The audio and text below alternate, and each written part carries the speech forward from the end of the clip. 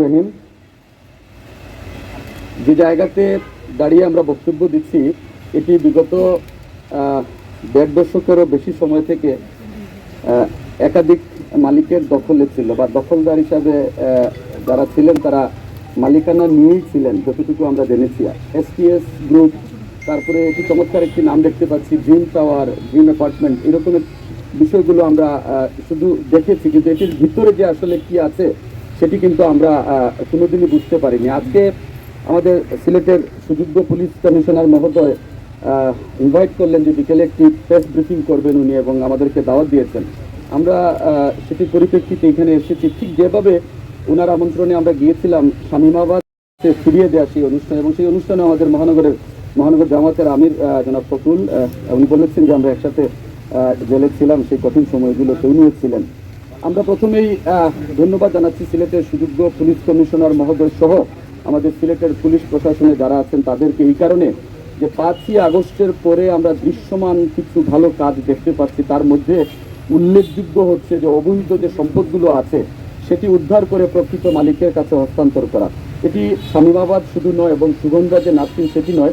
আমি কিছুদিন আগেও লন্ডনে ছিলাম, সেখানে যাওয়ার পরে মাত্র 7 দিন, কিন্তু এর ভিতরে অসংখ্য শত লোকজন ফোন করেছেন, দেখা করেছেন এবং তারা আবেদন করেছেন এবং ধন্যবাদ দিয়েছেন সিলেটের পুলিশ প্রশাসনকে যে তারা তাদের সম্পত্তিগুলো ফেরত পাচ্ছেন। তো আমি একটু আগে জিজ্ঞেস করেছিলাম যে এরকম কোনো সেল আছে কিনা। আমি আজকের এই অনুষ্ঠানের মাধ্যমে আমাদের প্রবাসী যারা আছেন ভুক্তভোগী, যাদের সেই সম্পদগুলো বেদখল হয়ে গেছে, তাদের কাছেও আমরা অনুরোধ করব, প্রবাসী একটি সেল আছে পুলিশের, আপনারা আপনাদের সেই সম্পদগুলো ফেরত পাওয়ার জন্য সেখানে আবেদন করতে পারেন। এবং আমরা যেভাবে লক্ষ্য করছি যে সেই আবেদনগুলোর প্রতি গুরুত্ব দিয়ে যেভাবে সেই সমস্যাগুলো সমাধান করা হচ্ছে, চিহ্নিত জালিয়াত চক্রকে চিহ্নিত করা হচ্ছে এবং তার প্রক্রিয়ার মধ্য দিয়ে প্রকৃত মালিককে ডেকে এনে সম্পত্তি হস্তান্তর করা হচ্ছে, মানে বাংলাদেশ এরকম ভালো উদ্যোগ কিন্তু অনেক দিন দেখেনি। এবং আমরা ইতিমধ্যে বলেছি যে গত 1.5 দশক যে রক্ত, যে আন্দোলন, যে ত্যাগ তিতিক্ষার বিনিময়ে আজকের এই বাংলাদেশটি আমরা পেয়েছি, যেখানে আমাদের বাক স্বাধীনতা ছিল না, কথা বলার অধিকার ছিল না, গণতন্ত্র ছিল না, ভোটাধিকার ছিল না,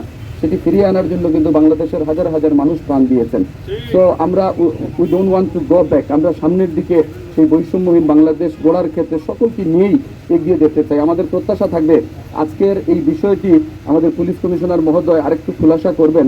এই জমিটি প্রকৃত যারা মালিক তাদের কাছে যাচ্ছে কিনা এটি জানার একটা আগ্রহ কিন্তু আমাদের আছে। আমি তো জিজ্ঞেস করেছিলাম যে এখানে আপাতত পুলিশ ক্যাম্প আছে, জায়গাটি কিন্তু এখন আর কেউ দখলে নেওয়ার হয়তো সেই চেষ্টা করবে না, কিন্তু এই বিশাল একটি জায়গার এবং প্রায় 25 কোটি টাকা মূল্যের এই জায়গাটি তার প্রকৃত মালিক পাচ্ছে কিনা এটি কিন্তু আমাদের জানার আগ্রহ আছে, এবং এই ব্যাপারটুকু আমরা হয়তো পুলিশ কমিশনার মহোদয়ের কাছ থেকে জানবো। এই ভালো উদ্যোগগুলো থাকুক এবং এই ভালো কাজগুলো আরও বেশি করে আমরা সিলেটের পুলিশ প্রশাসনের কাছে আমরা প্রত্যাশা করি। এবং বিগত সময়ে এই ড্রেস, এই কাপড়, এই ড্রেস কোড এবং এই পুলিশের প্রতি মানুষের যে নেগেটিভ ধারণা ছিল, যে বিতৃষ্ণাগুলো ছিল, যে অবিশ্বাসগুলো ছিল, সেটি কিন্তু ভালো কাজের মধ্য দিয়ে আমরা আবার ফেরত দেখতে পাচ্ছি এবং মানুষের আস্থা আমাদের এই গর্বের যে বাহিনী, পুলিশ বাহিনীর প্রতি কিন্তু ইতিমধ্যে কিছুটা হলেও ফিরে এসেছে।